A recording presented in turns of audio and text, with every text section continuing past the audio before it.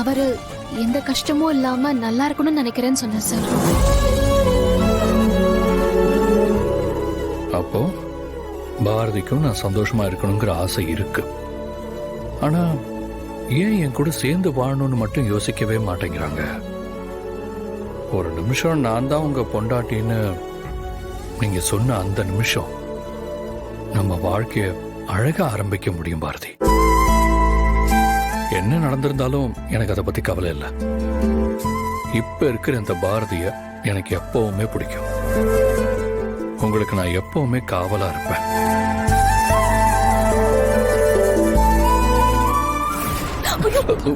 Sorry sorry sorry, என்னாச்சு? இருங்க, நான் வேணா கிளீன் பண்ண சொல்றேன். ஐயோ, காஃபி தெளிச்சிருச்சு. இருங்க இருங்க இருங்க, நான் தொடச்சுடுறேன்.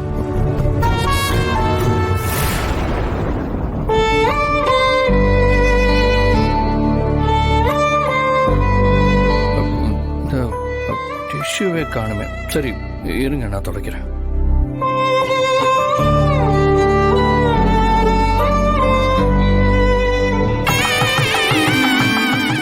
போதும் சார்.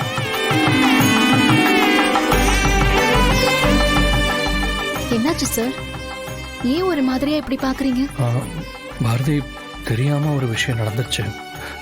என்ன விஷயம் சார்? கண்ணாடியை பாருங்க பாரதி.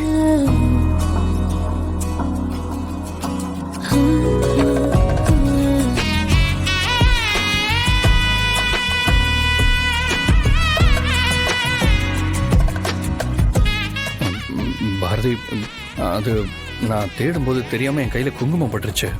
அதே அப்படியே தொடச்சப்போ இந்த குங்குமம் உங்க நெத்தியில பட்டுருச்சு. சரி, நானே தொடச்சு விடுறேன். இல்ல, நானே ரூம்ல போய் முகம் கழுவிக்கிறேன் சார். நான் பாத்துக்கிறேன்.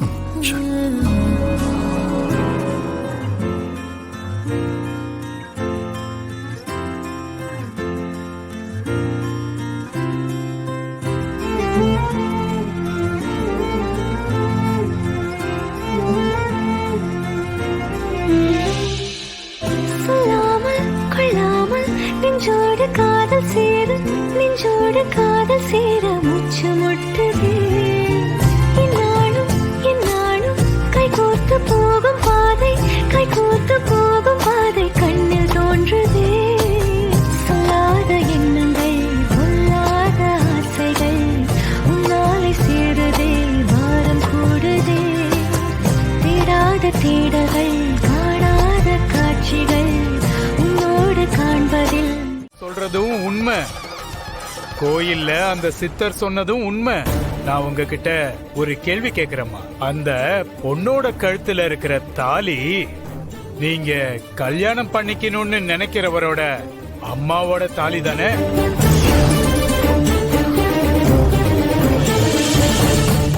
சாமி, அந்த விஷயம் உங்களுக்கு எப்படி தெரியும்? இங்க பாருமா, இந்த உலகத்துல நடக்கிற ஒவ்வொரு விஷயமும் உன்னோட ஒண்ணு தொடர்பு கொண்டது. இந்த பிரபஞ்சத்துல கண்ணுக்கு தெரியாத நிறைய ரகசியங்கள் ஒளிஞ்சிருக்கு. கடவுளோட ஆட்டம் மனுஷங்களுக்கு புரியவே புரியாதுமா. மனுஷன் ஜெயிச்சதாதான் நினைப்பான். ஆனா கடைசியில அந்த கடவுள் தான் ஜெயிக்குமா. நீங்க ஒருத்தரை கல்யாணம் பண்ணிக்க ஆசைப்படுறீங்க. அதுக்காக எந்த எல்லைக்கு வேணாலும் நீங்க போக தயாரா இருக்கீங்க. அந்த பொண்ணு கழுத்துல தாலி இருக்கிற வரைக்கும் உங்களால அவரை கல்யாணம் பண்ணிக்கவே முடியாது. நீங்க போகலாம்.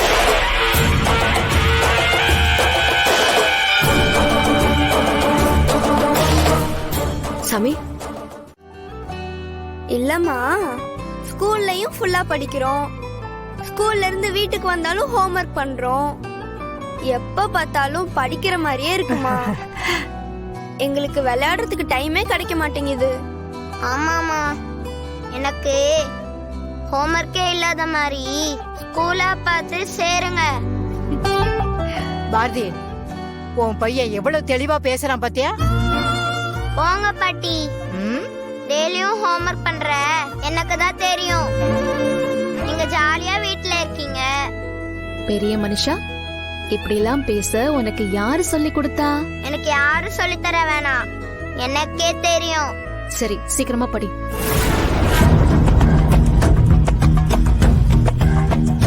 என்ன ஆனாலும் சரி, பாரதி கழுத்துல இருக்கிற தாலியை கழட்டியே ஆகணும்.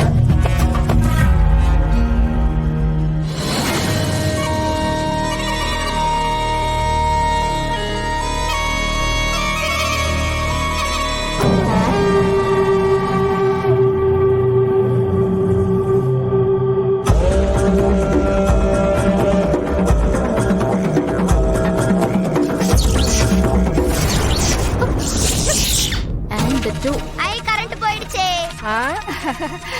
என்ன இது? கரண்ட் போச்சுன்னு எதுக்குடா இவ்ளோ ஹாப்பி ஆயிட்ட? ஐயோ அம்மா, உனக்கு இது கூட புரியலையா? ஹோம்ஒர்க் எழுத வேணாம்ல, அதுக்கு தான் தம்பி இவ்ளோ சந்தோஷப்படுறான். அப்படியா? அதான் என் கையில செல்போன் லைட் இருக்கே, இத வச்சு ஹோம்ஒர்க் முடிக்காம விட போறதே இல்ல. எழுது. கரண்ட் கட் ஆனாலும் விட மாட்டீங்களா? இன்னும் ஒரே ஒரு சப்ஜெக்ட் தாண்டா இருக்கு, அது முடிஞ்சதுன்னா ஹோம்ஒர்க் கம்ப்ளீட் ஆயிடும். நீ கரண்ட் வந்த உடனே படுத்து தூங்கிடுவ. சார பத்தி எனக்கு தெரியாதா? எழுது.